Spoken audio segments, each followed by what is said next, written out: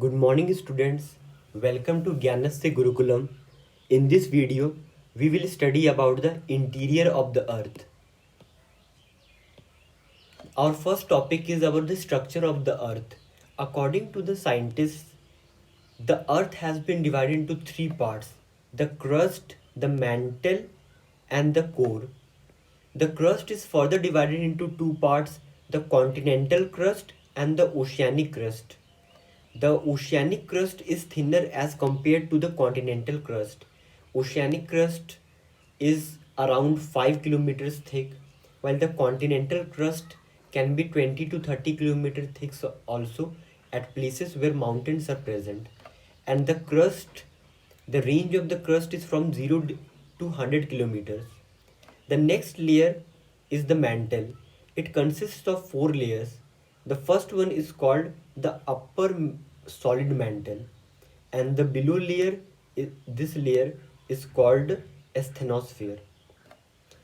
Now, mantle is separated from the core by Mohs discontinuity. This is very important. What separates mantle with the core? Mohs discontinuity. It is present at 2900 kilometers. Now the next layer is core, which consists of outer core and the inner core.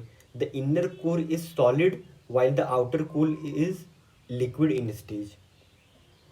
Now let us understand the difference between two terms, lithosphere and asthenosphere. Lithosphere is crust plus upper solid mantle, while asthenosphere is, you can see asthenosphere, the middle layer of the mantle, it is in a liquid state. Now what is the importance of lithosphere and asthenosphere? When we will study about plate tectonic theory, then plates consists of oceanic plates and continental plate. They make up the lithosphere, and they move over or they slide over asthenosphere. So asthenosphere is the layer above which plates move. So we will study in the next few classes. Now major elements. The crust consists of sial. Sial here, Si means silicon, and silicon, and this Al means aluminium. Similarly, the next layer, mantle. Mantle consists of silicon and magnesium. This is called sima. And the core consists of nickel and iron. Now, the mnemonic here used is, so we are using here a mnemonic. So what is mnemonic? Mnemonic is a memory trick which is used to memorize something. Sial, Sima, and Niffe. Sial, the crust, Sima, the mantle, and Niffe for the core. Now, our next topic is sources about the interior of the earth, or simply the sources. Let us try to understand a problem. If we take an egg, the earth is in the shape of an egg, and there is the upper layer is the crust, then there is mantle, and then there is core. The distance between the crust and the core is around 6,000 2,000 kilometers. Now we have never digged more than 20 kilometer below the crust. We have never gone to the mantle also. Then how did we get the idea about mantle and the core? The question is this. So the scientists have used direct and indirect sources. Direct sources and indirect sources to know about the interior of the earth. Direct sources, the first one is gold mines in the South Africa, which have gone 3 to 4 kilometers deep. These have gone to 3 to 4 kilometers deep, and they tell us about the nature of the rocks present inside, which help us to calculate what kind of rocks will be found in the mantle and the core. Next one is deep ocean drilling project. These projects are when take place in the ocean, where to search for oil or for minerals. Now you have a homework.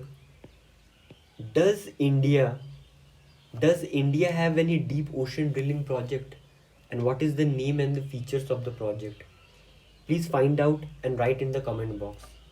The next direct source is the volcanic eruptions. When volcanoes erupt, they bring out rocks, magma, and lava. And study of those materials can help the scientists to know about the interior of the earth. Next one is the indirect sources. Indirect sources. Scientists have estimated the values of temperature, pressure, and density.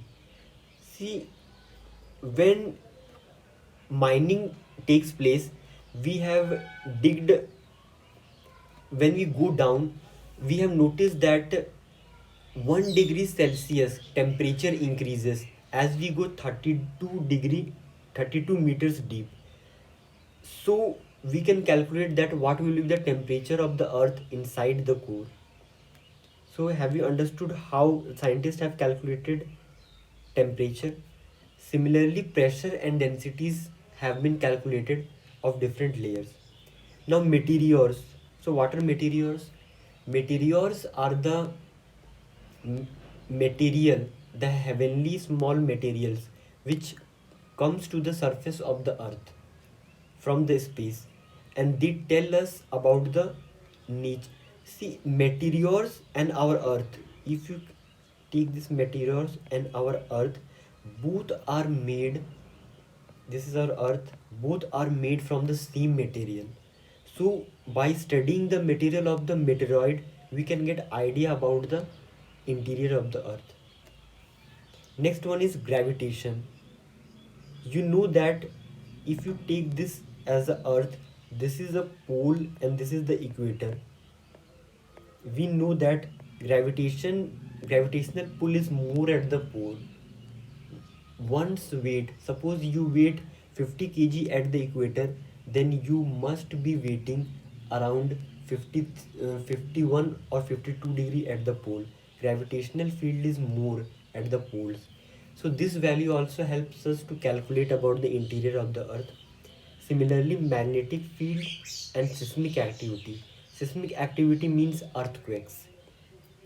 So in this class we have covered about the parts of the interior of the earth and sources about the interior of the earth.